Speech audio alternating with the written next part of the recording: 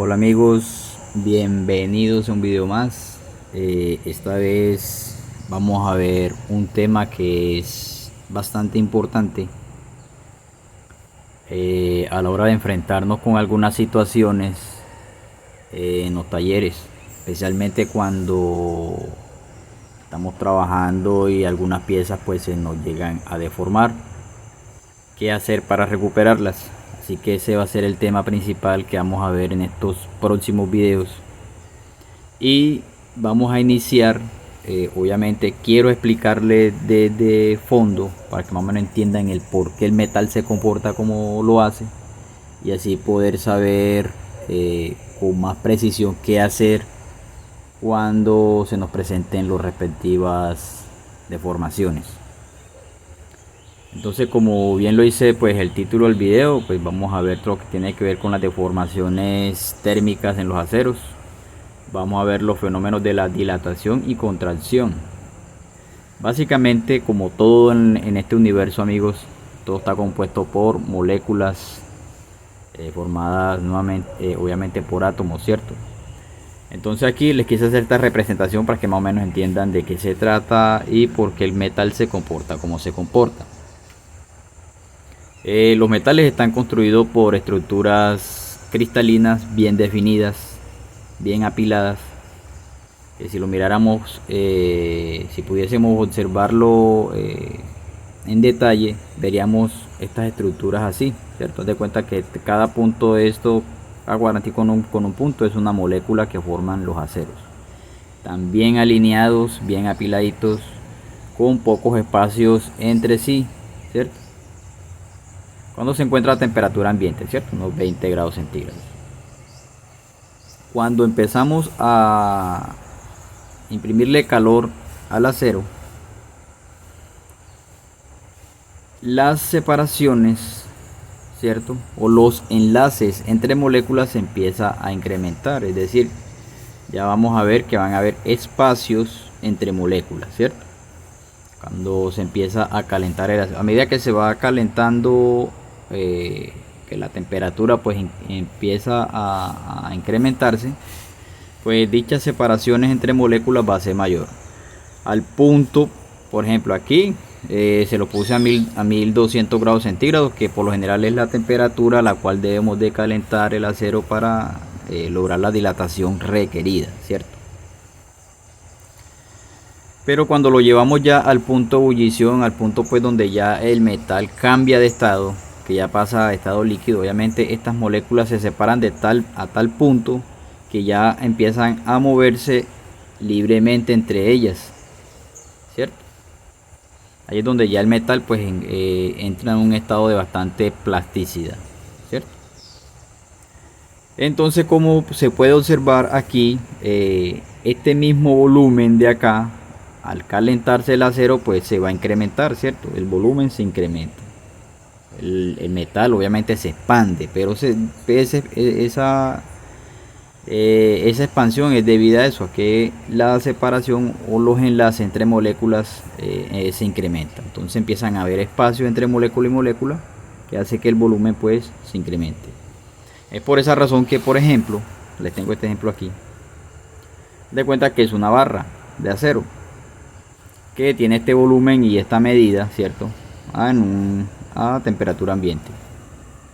Cuando le empezamos a calentar por parejo, sí, por parejo, por completo todo, a unos 600 grados centígrados, ya ella empieza a deformarse, a estirarse un poco. Ya su longitud cambia y también su grosor también se ve afectado. A medida que seguimos calentando y lo llevamos a los 1200 grados centígrados, ya el metal se ha estirado lo suficiente. Una vez se vuelva nuevamente a la temperatura ambiente, nuevamente todas estas separaciones entre moléculas, obviamente el metal vuelve a ubicarse como en su estado natural, ¿cierto? Vuelve a ubicarse bien apiladitas cada molécula, y por eso él vuelve a su estado normal, a su medida, tal cual como antes de empezar el calentamiento, ¿cierto?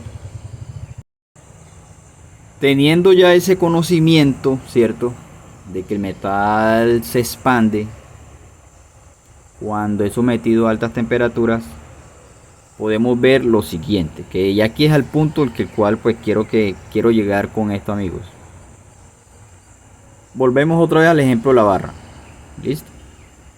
En este caso, esta barra no se va a calentar por parejo, uniformemente, sino que la vamos a calentar en un punto específico. En este caso la vamos a calentar en la mitad, y solamente esta parte de aquí, este triangulito, es el calentamiento que se le va a imprimir a esta barra.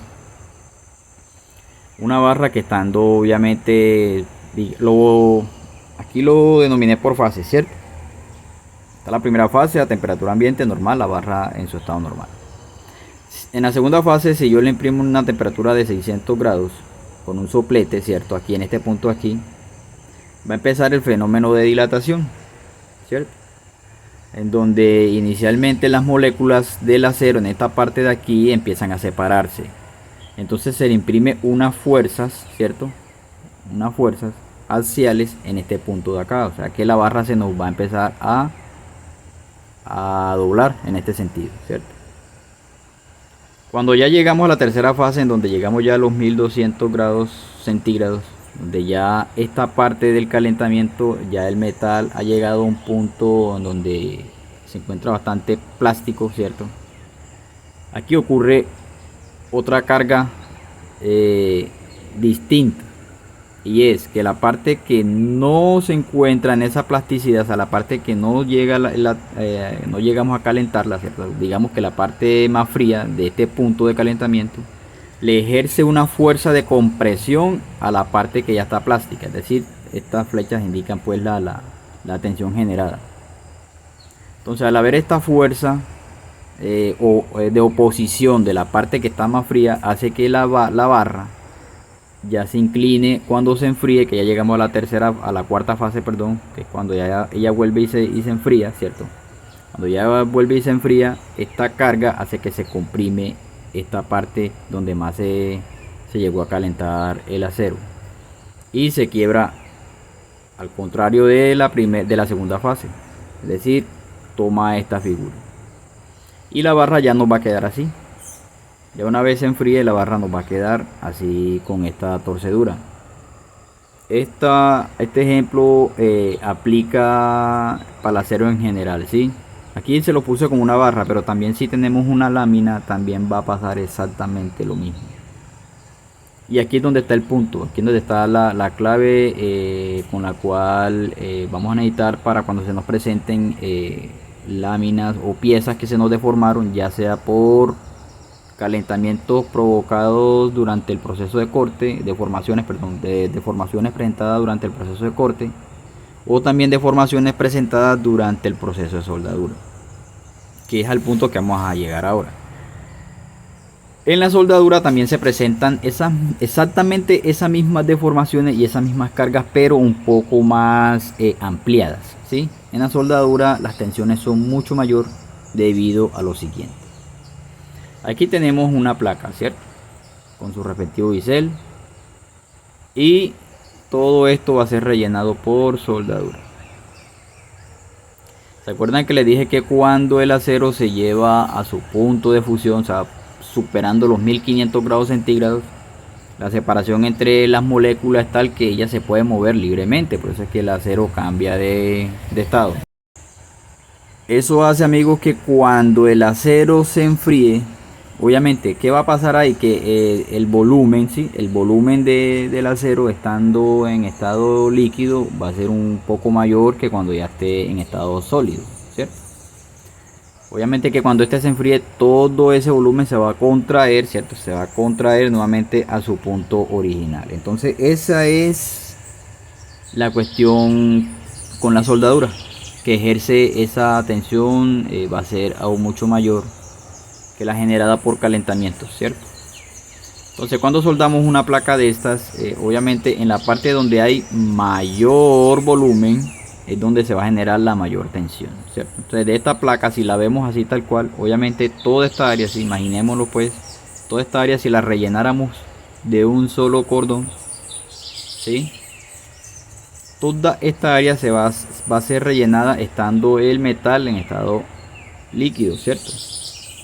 Y cuando se enfríe, obviamente todo este volumen va a ser menor y esa carga de estreñimiento va a ser generada o va a ser transmitida a la placa. O sea, van a ver estas cargas, estas flechas que dibujé aquí. Y obviamente la mayor carga va a ser en la parte donde hubo el mayor espacio, ¿cierto? Y por eso la lámina, después que se suelde, que se enfríe, no se nos va a torcer. Por eso que la soldadura siempre va a ejercer este tipo de situaciones. Es por esa razón, amigos, que como se los expliqué en un video anterior, en donde ese video lo hice allá en el trabajo, en donde les mostré una placa, ¿sí? Ese video se llama recomendación a la hora de soldar placas a tope. Ahí les mostré una placa que me tocó soldar, una placa de 1,5. Me tocó soldarla y les expliqué cómo sería lo ideal para soldar este tipo de placas, para evitar que esas tensiones generadas por la soldadura nos deformen la lámina, ¿cierto? La lámina nos quede derechita. Entonces básicamente lo que les expliqué en ese video pues era lo que les tengo aquí, que lo ideal para pegar placas siempre va a ser la junta en W, ya que con la junta en W los espacios a rellenar, ¿cierto? Los espacios a rellenar, estos volúmenes que tenemos que rellenar van a ser exactamente iguales en todo el grosor de la placa. Es decir, que las cargas van a ser equitativas en todo el área y se anula una con la otra. Lo recomendable, y por eso les decía en ese video, es que calculemos el área a cortar, a biselar de la placa con las normas establecidas de los 60 grados, ya que con los 60 grados pues se tiene el área necesaria para rellenar. No va a ser ni de más ni tampoco va a ser menos, sino el área ideal para rellenar. ¿Por qué? Porque a veces suele pasar también, eso también lo he visto mucho, que no tienen en cuenta esto y biselan por biselar sin medir la distancia real que hay que hacer de bisel. Entonces, a veces suelen biselar de más, y obviamente que entre más área amigos tengamos que rellenar en un proceso de soldadura, mayor va a ser la tensión. Entonces va a ser mayor la tensión, mayor la carga térmica para la lámina, y también pues en cuestiones de costo pues va a ser mayor soldadura la que vamos a gastar. Entonces, tratando de ser eficientes y tratando de buscar que todo quede dentro de los parámetros, tenemos que cumplir pues todas esas normas que estas instituciones en su momento pues estudiaron a fondo y pudieron llegar a todos estos parámetros. Entonces la idea es hacer un buen biselado, y como se los dije en ese video, la recomendación es que si aplicamos un cordón, o sea, no soldar oscilando, porque obviamente al soldar oscilando estamos abarcando mucha área, ¿sí? Mucho volumen, y por ende la tensión va a ser mayor. Entonces la idea es soldar cordón tras cordón, ¿cierto? Si aplicamos un cordón aquí, inmediatamente aplicamos otro cordón acá, para que la tensión generada por este cordón sea neutralizada por el otro opuesto. O sea, lo engorroso de esto es que hay que estar dándole la vuelta a la placa, pero a la final es mejor hacerlo así que tener que después estar enderezando una placa, y más si son placas de grueso calibre. Entonces esta es la recomendación a la hora de soldar este tipo de placas. Es mejor hacerlo así con empalmes en W.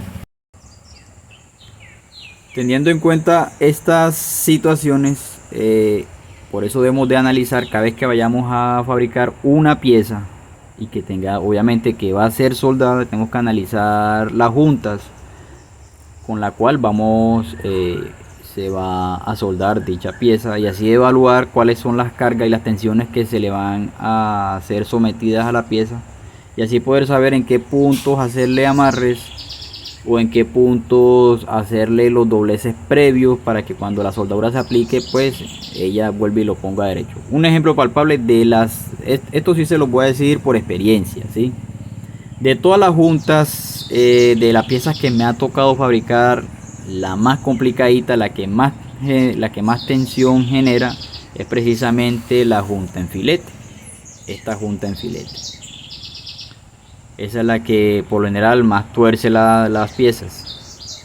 Entonces tenemos obviamente una platina, ¿cierto? Que en una junta en filete la tenemos así antes de soldar, y una vez la soldemos, pues las cargas generadas por la forma y en los ángulos en que se encuentran las piezas se tuerce bastante. Entonces las recomendaciones para este tipo de juntas es que doblemos anticipadamente la platina, para que cuando apliquemos los cordones de soldadura, obviamente las tensiones generadas por la soldadura la deje nuevamente en su punto derecho, ¿cierto? Por lo general estos quiebres van a depender del grosor de la placa. Por general oscila entre el 40 y el 60% del grosor, es decir, que si yo mido esta altura de aquí, ¿sí? Con respecto a la línea, ¿cierto? Esta altura de aquí, más o menos esa medida va a ser entre el 40 y el 60% del grosor de la placa. Entonces, más que todo esto va encaminado cuando toca fabricar perfilería, ¿cierto? Cuando toca fabricar vigas, ya sea en I, en H o en W, se tiene en cuenta más o menos esos porcentajes. Entonces uno inicialmente lo que hace es doblar la placa antes de soldar la pieza. Para cuando se suelde, pues ya la placa nos quede derechita.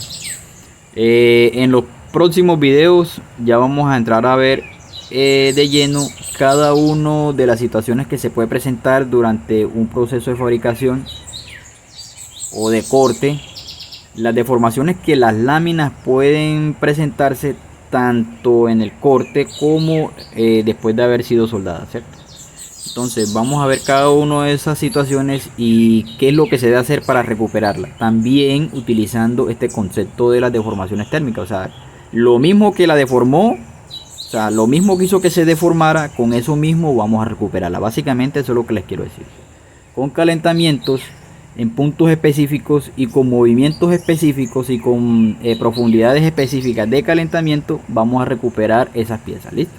Entonces eso van a ser los próximos videos que vamos a ver en este tema, amigos. Entonces por ahora los dejo hasta aquí. Este video más que todo era como de introducción, explicarles de fondo qué es lo que ocurre, por qué las láminas se deforman, cómo se deforman, para así ya entrar de lleno a ver lo que son las recuperaciones por tratamientos térmicos. Entonces amigos, si no se han suscrito, suscríbanse y estaremos pendientes para un próximo video.